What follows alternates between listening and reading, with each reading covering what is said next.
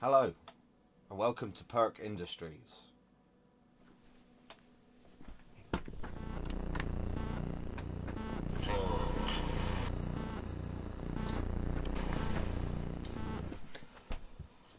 It seems appropriate to take you on a bit of a history trip. I've been thinking a little bit about way back when I was a teenager how I used to use Citizens Band or CB radio to wind up the neighbours, anyone that was in earshot, waffle along to my mate, share music over the FM airways as it was back then, albeit illegally before a rule change in the 2000s when the CB radio became legal for all.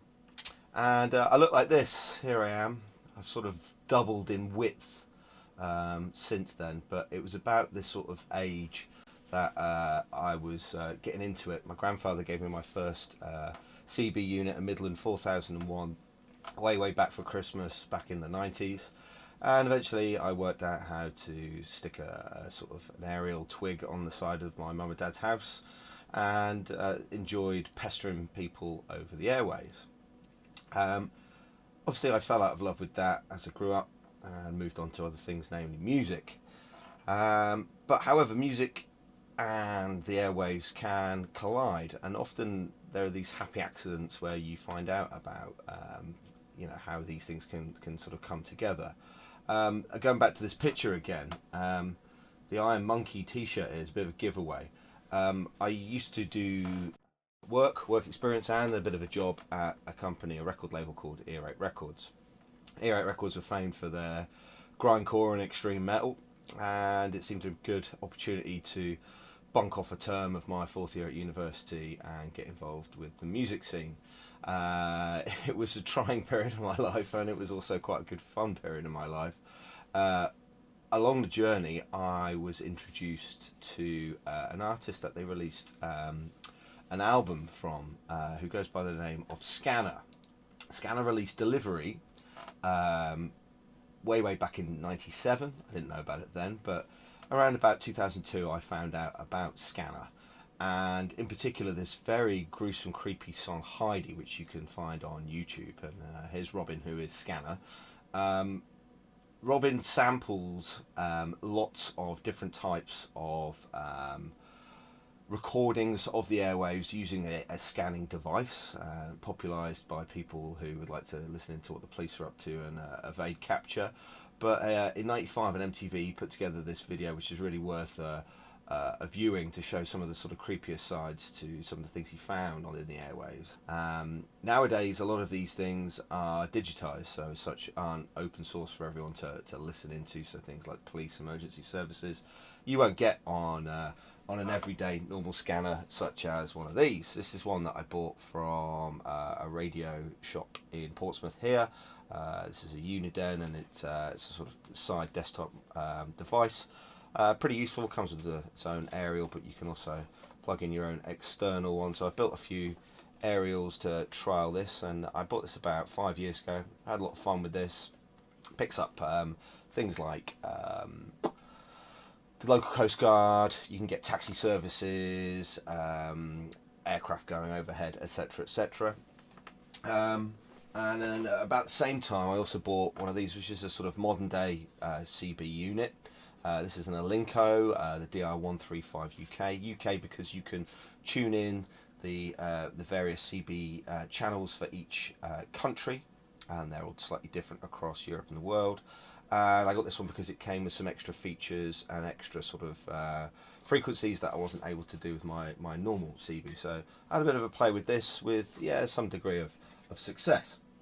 But coming back to Robin and Scanner, I was thinking about music that had used sort of radio as a sort of source material to go on and write sort of pieces or create art with.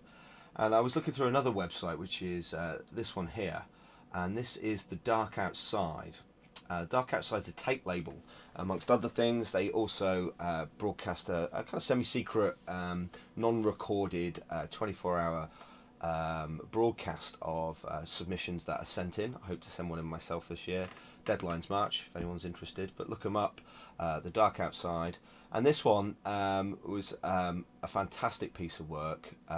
Mashar's Action, Invisible Sounds Surround Us. And what was really interesting when I scrolled through this and I looked at what this was, just to go through it, the track titles are frequencies from which the recordings were made. There's a wealth of interesting things to be heard on radio, from number stations, CB conversations, military and civilian weather broadcasts, time signals, Morse code, fax, over the horizon radar, jamming frequencies, buzzers, encrypted data transmissions, fishermen at sea, amateur radio enthusiasts, AM radio in other countries. You no longer need expensive equipment to listen.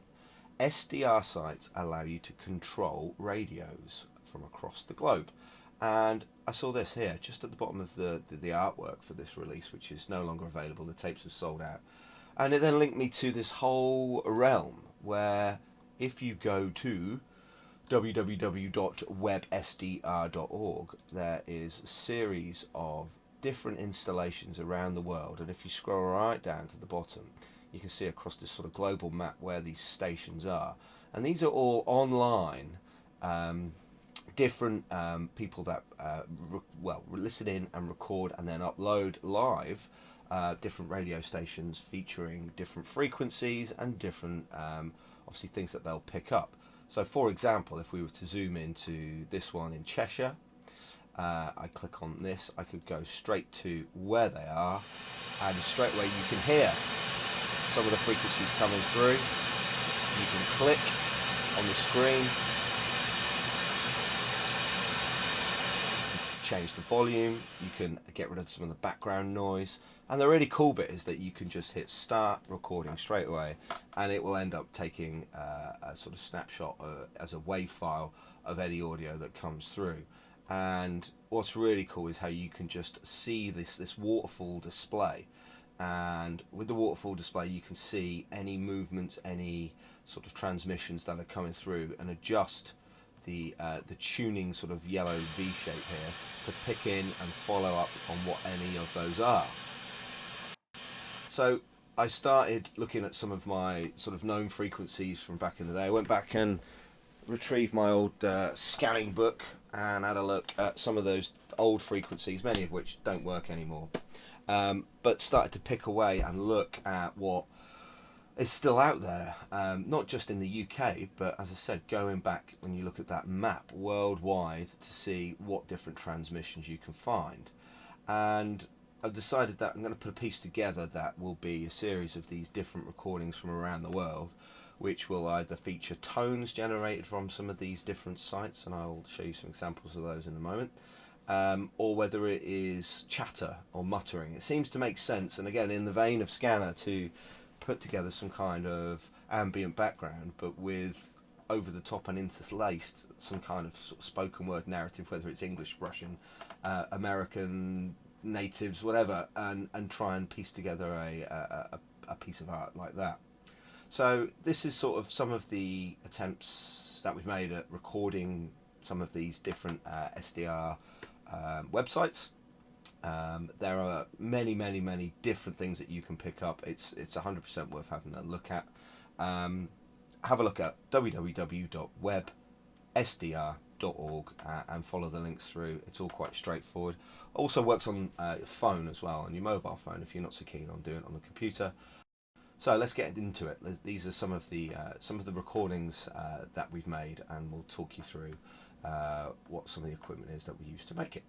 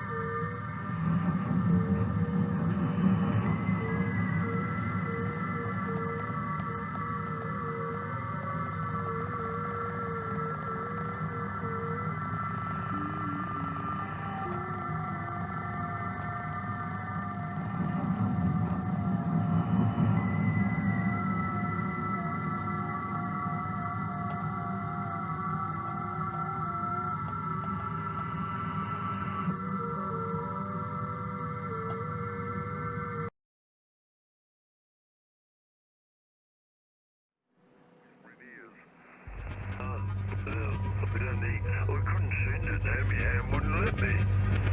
No, is it that bad? Yeah. Could you do it with your nose? No, I could do it with something else.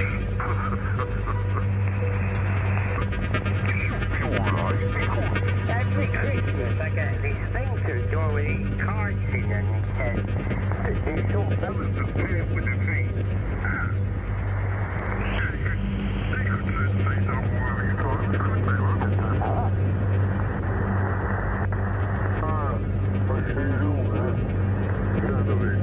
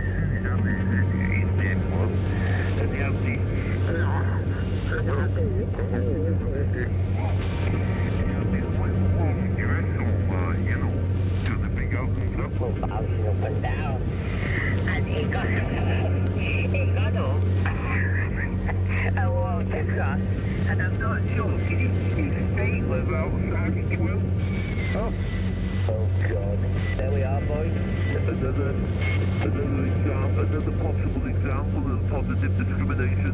Yep. Hey, but listen to this. It's up to it.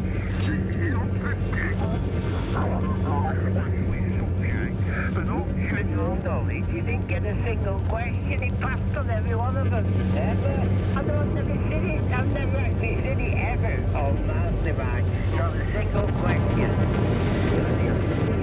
Is that really a free still in charge of it? Yeah. You know, why? He's retired from the BBC, the news. You'd think he'd want to just retire gracefully, but he's still going, you know? Yeah, but didn't he take over from Magnus Magnuson? No, never. Oh, no, didn't somebody else take over briefly? I used to like that University Challenge, you know, Fabregas guy, was it? He's still on. It was on tonight. It was on tonight again. Well, the thing is, you see, if you're quite an educated guy like him and enjoy your stuff, why would you give it up, though? I mean, look at you for crying out loud. Look how many years you've retired, but you still work like hell, don't you?